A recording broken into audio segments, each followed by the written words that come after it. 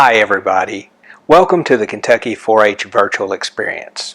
Today we're going to concentrate on SET or Science, Engineering, and Technology programs.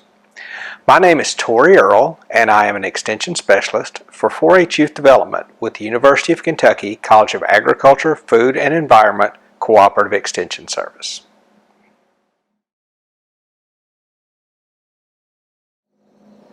For today's virtual experience, we're going to look at some concepts that come from the Electric Excitement book number 3, Wired for Power.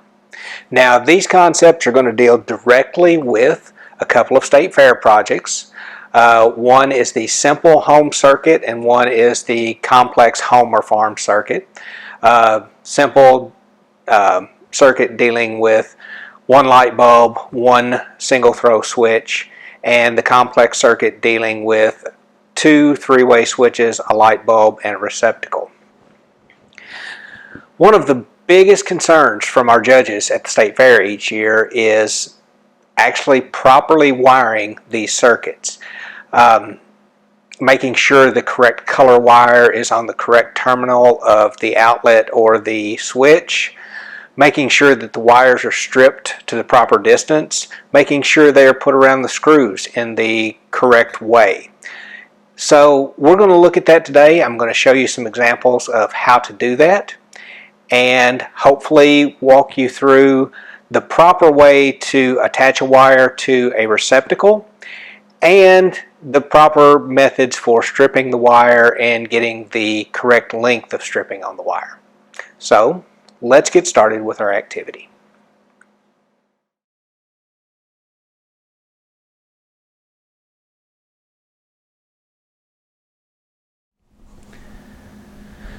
The tools and supplies you're going to need for this activity today include the following. You're going to need a standard duplex receptacle, a pair of wire strippers, a standard screwdriver, a pair of needle nose pliers, a knife or a cable stripping tool to strip the sheathing off of your Romex wire, and a piece of Romex wire itself to use as an example as to how to put the wire onto the receptacle. Now, as you can see, I've already stripped the sheathing off of this piece of Romex cabling, and inside are 3 different wires. You'll see a white wire, a bare copper wire, and a black wire. The black wire is considered the hot wire. It is what carries electricity to the receptacle itself. The neutral wire, or the white wire, is considered neutral, or a return wire. It returns the circuit of electricity back to the breaker box. And the ground wire. The ground wire is what attaches the receptacle to the grounding rod that is driven in the ground outside of your house. Now, each one of these wires performs a very specific function, and when we look at the receptacle, you're going to see that. As we take a look at the receptacle, this is a standard duplex receptacle, and it has 2 slotted holes in it and 1 half rounded hole. The 2 slotted holes, the shorter of the 2 is for the hot wire. You can tell that as you look at the side of the receptacle. It has brass colored screws. The longer of the 2 is for the neutral wire. You can tell that when you look at the receptacle because those are silver screws. And the half rounded opening is for the ground wire. The ground screw on the receptacle is green. So you go green for ground, silver for neutral, and brass or copper colored for hot. Now, each one of these does have, or has to be hooked up correctly in order for this to be a correctly wired circuit. The next thing we're going to do is going to properly strip the ends of each of these wires so we can put them around the screws on the receptacle. Now, in looking at the receptacle itself, most modern receptacles will have what they call a strip gauge on the back. You can see it right here, and from this point to this point is the proper amount of insulation that you should strip off the wire. To get that, we're going to actually lay our wire right on that strip gauge itself, hold our finger there to mark it. This is number 12 gauge wire, so we'll look on our wire strippers for the hole that has a number 12 beside it. We will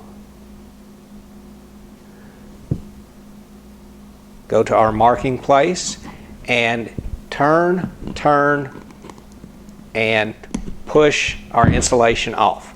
That leaves us the proper amount of wire stripped off. We'll do the same thing with our hot wire, our black wire.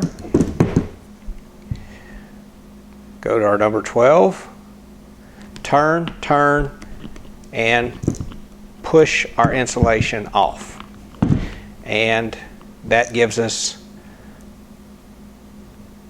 so I got a little far on that one, so I'll take a little bit of the end of it off.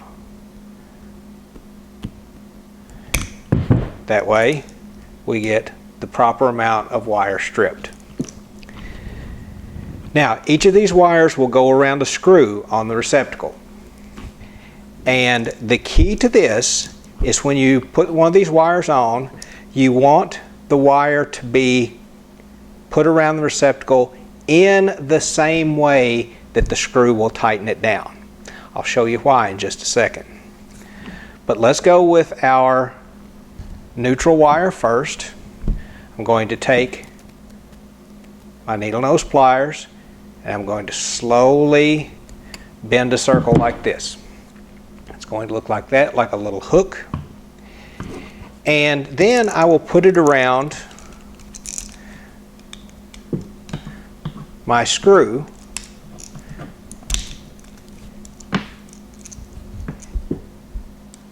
And you may have to back the screw out a little bit in order to get it around it. I'm going to put it around the screw.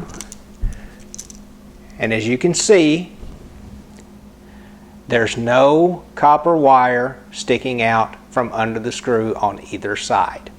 That's what that proper strip will give you using the strip gauge. Now,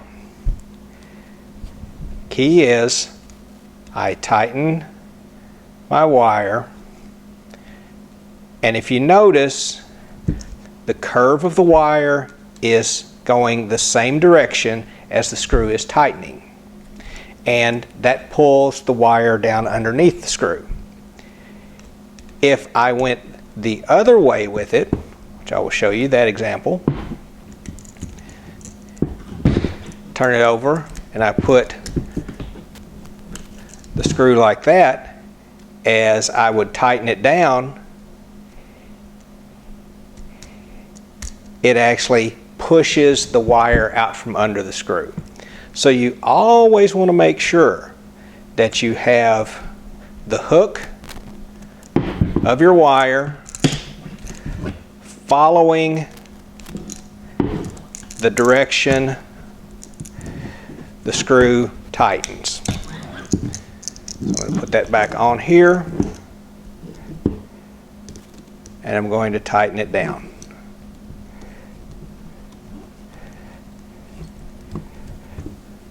Not leaving any wire sticking out past the screw. I'm going to do the same thing with my black wire on the other side. I'm going to make a hook, and then I'm going to put the black wire around the screw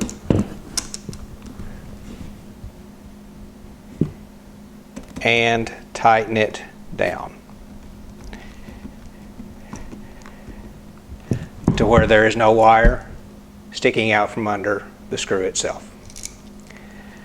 Now, with our neutral wire, there is no insulation on it, or with our ground wire, excuse me, our bare wire, there's no insulation on it. So we still want to follow the same process. We don't want to have any insulation coming out from underneath the screw, or any wire coming out from underneath the screw itself. Even though this one is not going to be insulated, we put it around our screw